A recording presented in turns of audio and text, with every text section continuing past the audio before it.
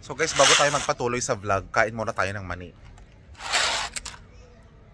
Namiss ko na rin kumain talaga ng mani. Masarap yung mani.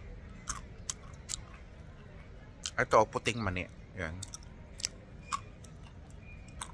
Malinamnam siya. Shout out sa mga kumakain ng mani. Okay din siya. Okay din kumain ng mani. Oo, ano siya, satisfying.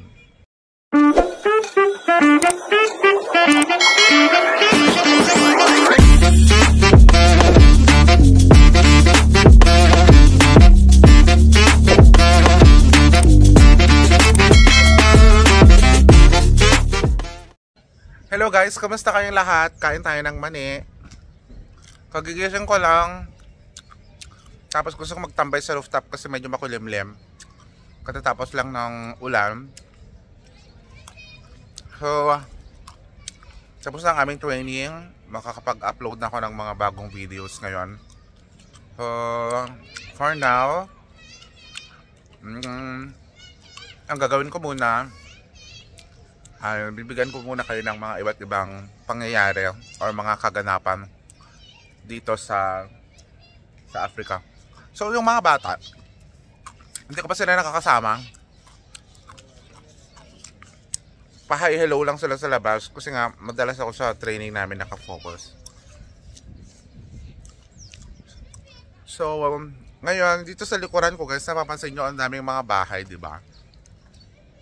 Yung mga bahay dito ha, na ako architect kasi ako architect sa panaginip. Hindi siya matibay, hindi siya mukhang matibay ha. Gaya ng relasyon ninyo, hindi siya mukhang matibay. So ipaglaban nyo yan. So gaya nito, itong bahay na ito, ayan oh, nakikita nyo dyan sa gilid, puro ano lang yan, anong tawag yan, puro rad. Diba usually may rad na pa ganyan, tapos may rad pa na pa ganon. Wala na, diba may rad pa bawat isang hollow block.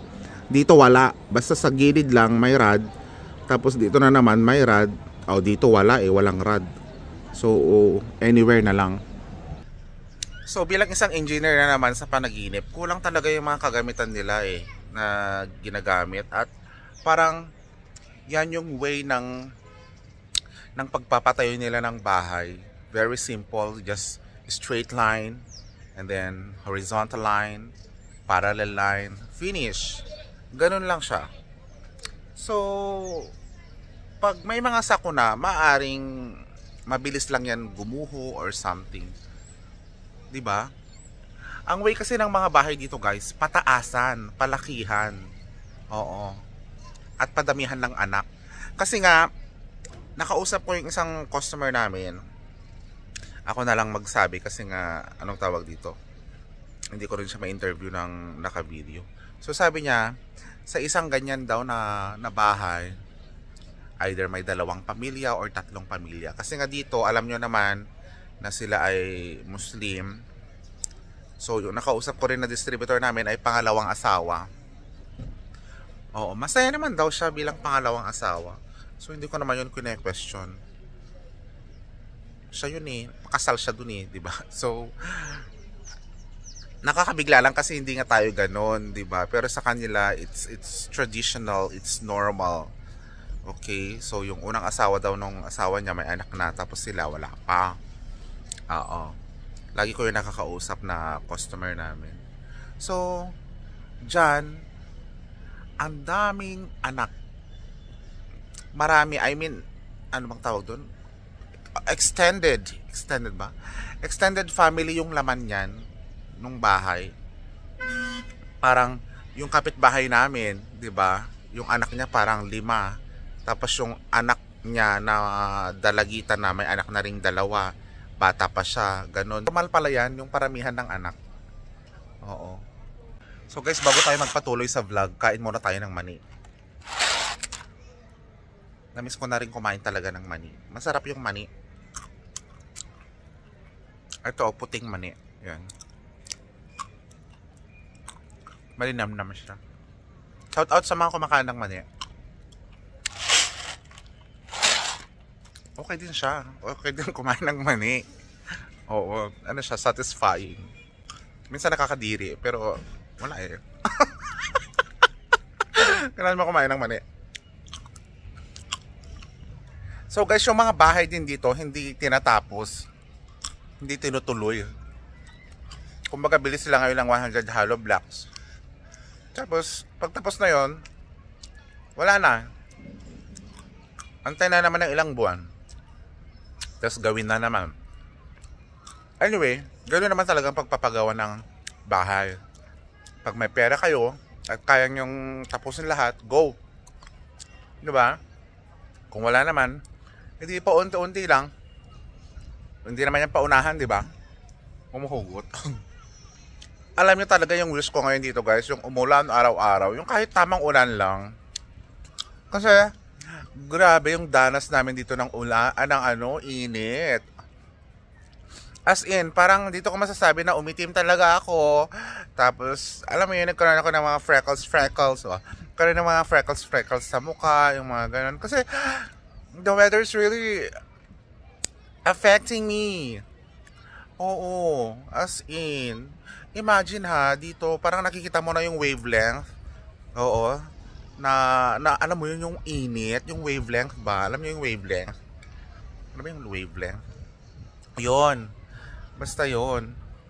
So, gumagamit ako ng Kojic, ng moisturizer and everything, pero I don't see any difference at all. Kaya yun, kaya feel ko talaga umitim ako dito. So dito guys, ang kadalasang trabaho dito ay mostly mga store, sari-sari store, mga ganon, may mga mekaniko, may mga nag-aayos ng mga ref, gano'n. Pakita ko. So, iyan yung place na nag-aayos ng ref. 'Di ba? Nakalagay lang dyan sa labas. Pero kung ako ang naanuhan ng ref, nasiraan ng ref, hindi ako mapapaayos dyan. Kasi parang hindi man siya maayos, 'di ba? Tsaka baka pagkaperahan lang ako kapag dyan ako magpaayos. Andito pala yung mga bata nagbabike.